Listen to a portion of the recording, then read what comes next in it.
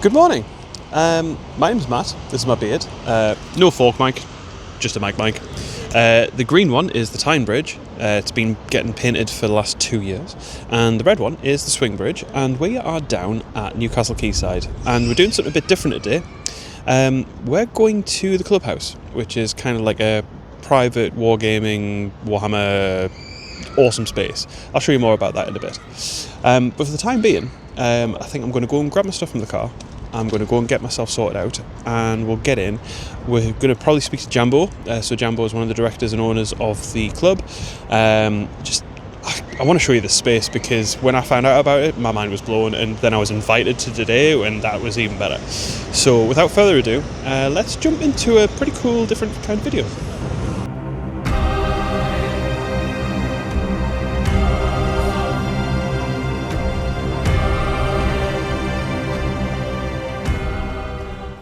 Now, I absolutely love places like this, especially when they're really well thought out, managed perfectly well, and the vibe feels good. Now that's a very sort of modern thing to say, the whole vibes sort of conversation, but honestly, you get a feeling for a place straight away, and this is no exception to that. As soon as I walked in and had a look around, it just feels warm and welcoming, and quite a nice, comfortable space to kick back, relax, chill with some friends, paint some models, play some games. You play it, you name it. It just feels so cool. Now, all of the board games that you see when I'm doing this walk around here, they're owned by the club, so you can come in, park up, get yourself on a table, set up a game with some friends, get a couple of drinks in, and just play to your heart's content. It's a really, really cool space, and the ethos behind it's really interesting too. It's a community-based project, so there's been a couple of lottery grants that have been put in there, so it's funded well, and then it's just funded by the community. It's like a membership program type idea, so you can go in. Your first time's usually free, and then you pay a £5 fee if you want to go back a couple of times.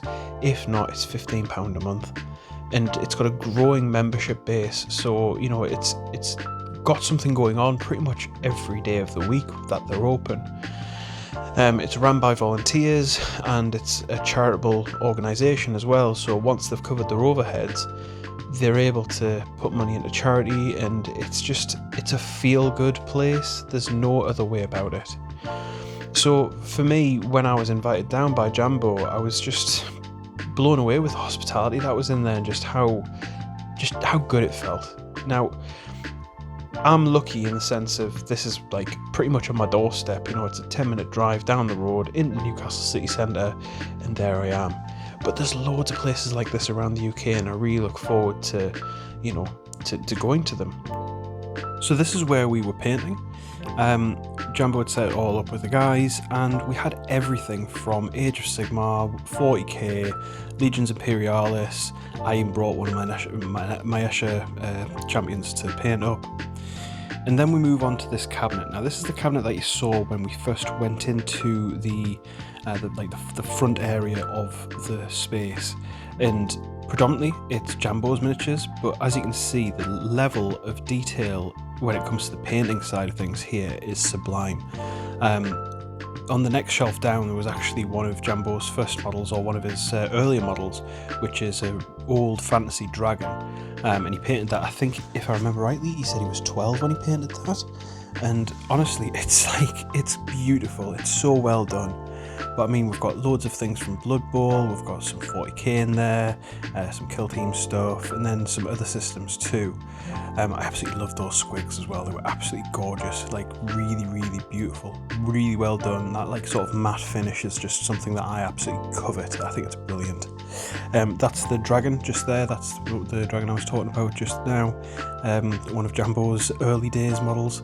It was gorgeous. And on this shelf here, now this crab, oh, honestly, I don't know what system it's from or what it's all about, but it was so cool. It's just like a techno crab. I don't know.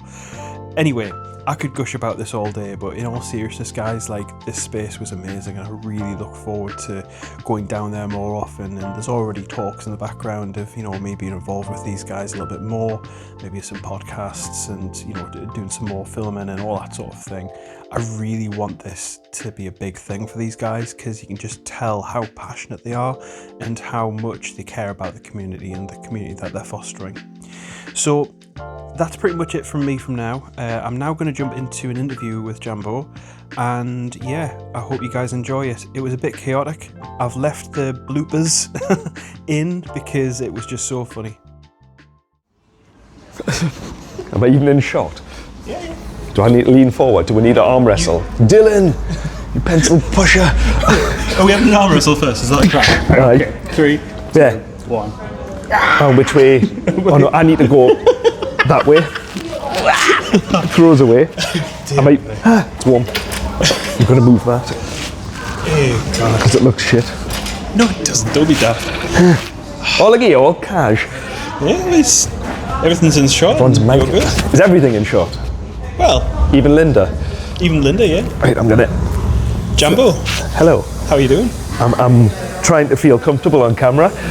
Don't worry about Not the case. How are you? I'm good, man. I'm good. So, here we are in the Clubhouse. We are. Tell me how this all came to be. We got drunk one night and so myself, Adam and Glenn have been in partnership for coming up 2 years now.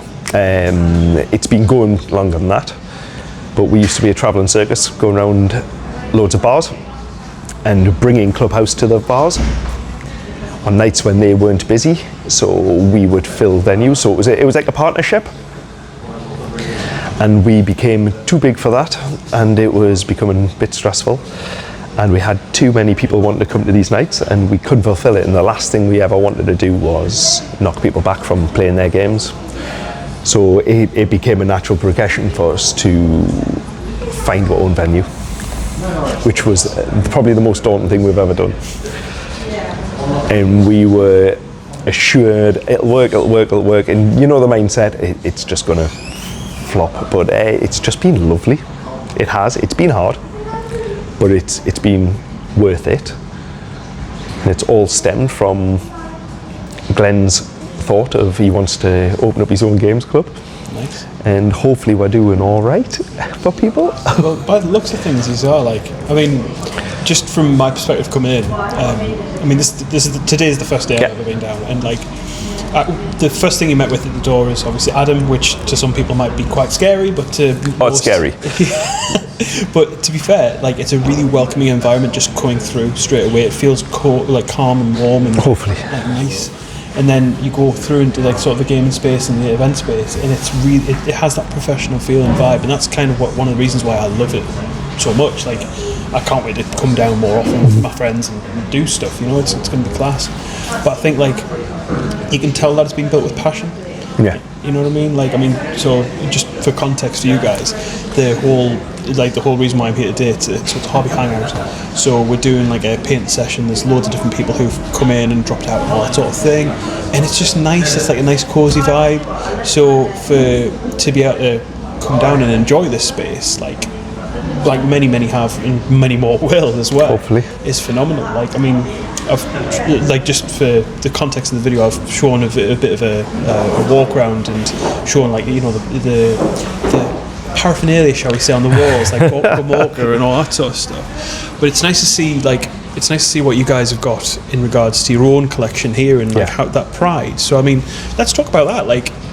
Where did you start in the hobby? What was your first step into the hobby? Wow. I was at my mum's friend's house down in Shropshire, and they had a game, and it was Tyrannid Attack. And this is going back a long time. We're talking early 90s, if that, maybe even late 80s. And there was a box set of Terminators, and there were Blood Angels on it, and I just remember looking at it going, what are they? It was the helmets, it was just the stockiness. So from that minute, I was Space Marines through and through. But we played Tyrannid Attack, and my brother was always the Tyranids. He loved them as well because of the H.R. Geiger influence. My brother is very much involved in that. Bye, Ian. And just from there, and it kind of lulled off because we went away from that household and came back up to the northeast, and I had nothing really growing up. Like Blythe was great, but the family really didn't have much. But going to Games Workshop and buying your first box set of Grey Hunters, just that I remember that exactly. The whole moment, I remember it all.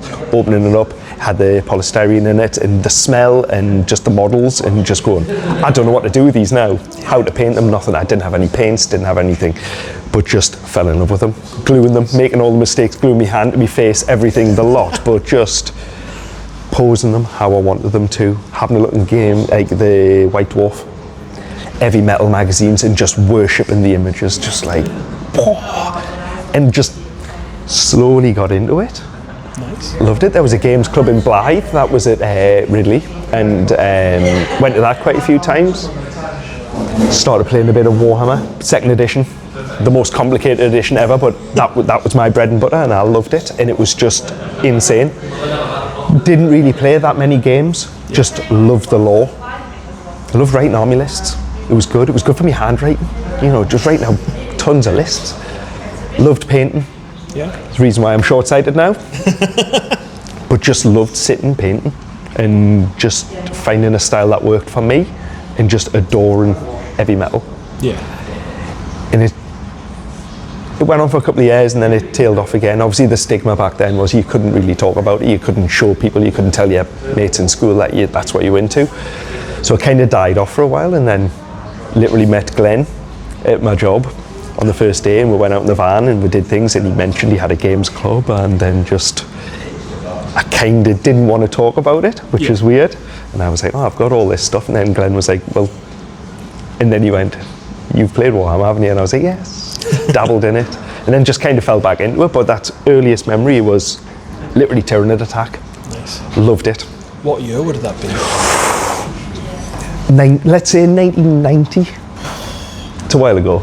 Everything was I wasn't plastic. even born. You weren't born. 1993. Ouch. I loved it. Terminator models, God, I love it all. I've still got all my old metal miniatures. You've got yeah, I've got them in carry cases in the house. I've had them here. There's a few in the cabinet. Love a metal miniature. Don't get us wrong, the stuff now is phenomenal. Oh yeah, 100%. Phenomenal. It's funny. We were discussing the old Necromunda stuff. Yeah. The metal models from Necromunda, and there's a certain aesthetic. There's definitely an aesthetic shift from the old metal cast and lead cast stuff through into the plastic naturally, just because of the process. Yeah. And obviously the improvement of technology and all that sort of thing. But from a nostalgia standpoint, I remember. So for me, my first miniature was. It was in the month that it was released. It was the December 2002, 2003, one of the two, and it was the brand new Chaos Demon Prince. Okay. So it was the one that had it was the metal one with the big sword, and it had it's just gorgeous, beautiful model, full metal, and I love that. And weighed a ton. Oh yes, yeah. If that fell on your foot, you knew about it. It was great. But that was my first proper metal model. But then when I'm in my later hobby now, I'm looking on eBay and secondhand places and buying all these old metal cast models. One of the ones that I bought recently was Bonnie Anderson, which is a store exclusive. It was an event, and there's going to be a video on this coming later on down the line, but it's a very expensive, stupid model.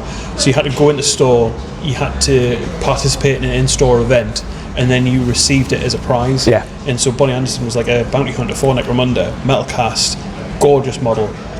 For those who are unaware of what Bonnie Anderson is, but this was at a time where GW was basing quite a lot of their sculpts, especially their character sculpts, on real life people. So a great example of that is Sly Marbo. Obviously that's that's Sylvester Stallone, you know that. So yeah, this was Pamela Anderson. So she was based on Pamela Anderson. So obviously she has the assets of Pamela Anderson and big guns. Very big guns. She loves a 50 cal. I remember Mad Donna. Mad Donna, yeah. That was my era. Like, that was just as I was leaving the game. But Mad Donna came out, and is it Mark Gibbons, the artist, the illustrator? Oh, his artwork that was me. Anything I saw of that, I still do it now. I've got hundreds of images of his, but that is what I see as 40k and Necromunda and all sorts. And I just love the artwork.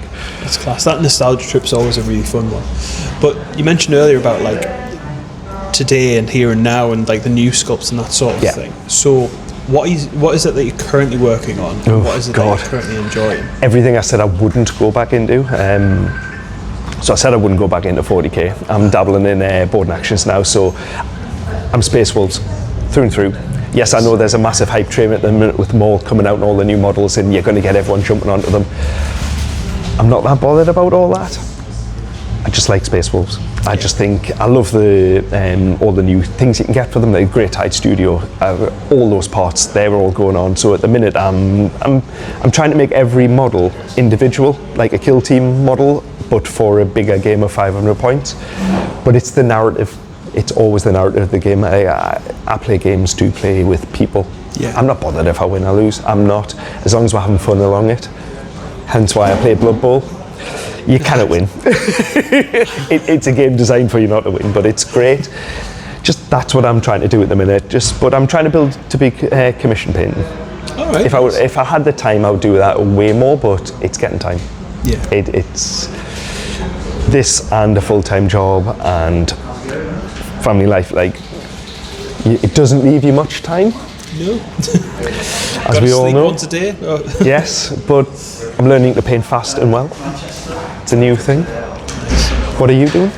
Currently, well, I'm currently trying to get my Dark Angels off the ground, and that's been a pain in the backside, like a real big pain in the backside.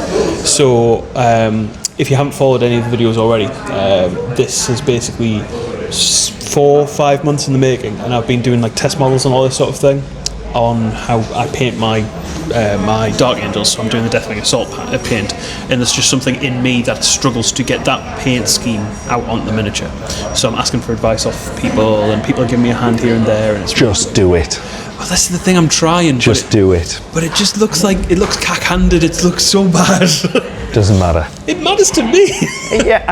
But I know what you mean, but just do it. Yeah. You know, if you don't do that, you'll never know. Because some of the greatest mistakes I've made painting have shown me amazing things. You've got to make the mistakes and you've got to be unsure. I think it's part of the hobby. Be unsure about things. Get it done. Yeah, I'm trying that. But no. But I think what we'll do, we'll round off with 3 last things. Yeah. 3 last questions. First question. What is the thing that you're currently most looking forward to in the hobby, and what is it about that thing that has really drawn you to it? It's got to be board and actions. Nice. I just watched, it was Tabletop Tactics. Just watching YouTube and going, that's about me. Hero mode. Nice. I'm desperate to do that. I just want to be able to laugh and scream around a table and just be silly and enjoy myself with some other people that get it. Yeah. And at Clubhouse, we've got people like that. When currently we're playing games like that, but Hero Mode is what I'm looking at right now. Yes, it's not an official Games Workshop thing, and someone else has gone out their way to do it, but it's using the lore, the narrative, and I just want some excitement back in the game. Like, oh God, sometimes you look at 40k and you think it's too serious. Yeah. That's why I love orcs. They just make 40k more. Imagine Warhammer without orcs. We can't imagine them because it's the coolest mushrooms that the world's ever seen. Like they're so, like if they believe it, it happens. Yeah, like it's just so good, isn't it? I saw this. I was just doom scrolling the other day, and I saw this. It's this like this Cadian guy, and he's like, "I'm an orc." And I saw it. Yes. We shout in work all the time. He's an orc. He's an orc. Yeah, I'm an orc. I believe him. Then they all chime off, and then the guy's head turns into an orc head. He's an orc. I'm an orc. It's that has been flying around here recently, and we shout that in work. Like, It's class. I believe them. So hero mode with board and actions, that's pretty cool. I think so. That's pretty decent. What's one thing that you wish you had in the hobby that currently doesn't exist? Oh, It's nice to cheaper prices. Yep, that don't we Cheaper all. prices. Costly lives and all that. Oh, I don't know. There's so much of the hobby I don't touch. So I'm not up to speed on everything. I wish I had more knowledge on a lot of things so I can interact with a lot more people to share their enthusiasm. But people being happy is what makes me happy. So Yeah. I don't care if someone talks to me for an hour about something that they love. Like I'll fill my cup with that. I don't know. I don't know. A film. Ooh, Proper film. That would be great. I think something's about walking. nice. It's all good, man. It's all good. And then finally, what do we need to know about Clubhouse? Tell us what we need to know about Clubhouse and things that are coming in the next few weeks and months, that events, whatever it may be. Sell Clubhouse. Let's You've do put it. us on the spot here, haven't you? I don't want to sell Clubhouse. I want Clubhouse to be organic. I want people to come down because they hear about it or want to come in. I just want people to feel comfortable coming in. Little backstory is it took me about 13 weeks to even venture through the door. Nice. Passing it every week, even though I knew Glenn and Adam come through the door. Nah. I've ran nightclubs, I've ran bars, I've done all sorts of stuff. I've been in the leisure industry for all my career, but I couldn't just walk in the door to a games club. Don't ask us why. And it was probably the best thing I did, but it took us a while to build into that. And now look, I'm part of the directorship and trying to make something good for other people. I just want people to get beyond the point that I've been to and just come and enjoy that space. There's hundreds of people that are all the same. They just want to enjoy the hobby. And I want them to just enjoy it. Wherever they want, it's not just about Clubhouse. I want it to be in the northeast. I want the north of England to be recognised as with loads of talent, with loads of ambition. I just want the northeast to be recognised. 100%. There's so many good people up here. There is. And I think we just need some good places up here. I want everyone, I don't care what place they go to enjoy the hobby, I want them to enjoy it. Yeah. And I want them to enjoy it hassle-free. And I want people's mindset to be positive. Like, mental health is part of the reason why we do this. Like, we've got a big community, and the reason we want people to do this hobby is because it's good for them. Yeah. It's helped me massively. Depression, anxiety, talk to us about it. I'll talk to you back about it. It's a real thing. Painting, hobby days. It's about sitting down and just being in each other's space. That's what I like. I don't care what we talk about, you know. It's a hit of dopamine, Clubhouse, isn't it? it's a community. It's not a venue. It's not a thing. It's about being part of something and watching it evolve and having a voice. If you want to do something here, I want to be the first person to say, yeah, let's do it. You know, let's build Necromunda terrain that's like far too big for the building, and let's like stupid. Let's make it so we have to have it outside. Like, just something daft, but if someone's going to use it and love it and have a great story talking about it, great, let's do that. Nice. I like it. Hopefully, that's what we're trying to do. I mean, you can feel the community spirit as soon as you walk through the door, so you've got no concerns there. But I think you've found a new regular here, mind you. So, Jambo, it's been a pleasure talking to you, No, man. thank you. We'll make the plant. That's a blooper and a half, isn't it? There's the plan. It was real. No, absolutely meant to meet you, and how crazy it was just to Cross paths. cross paths. Yes, No, it was it's like, class. what's in the box? Models. But no, Thank you. reckon plants aside, guys.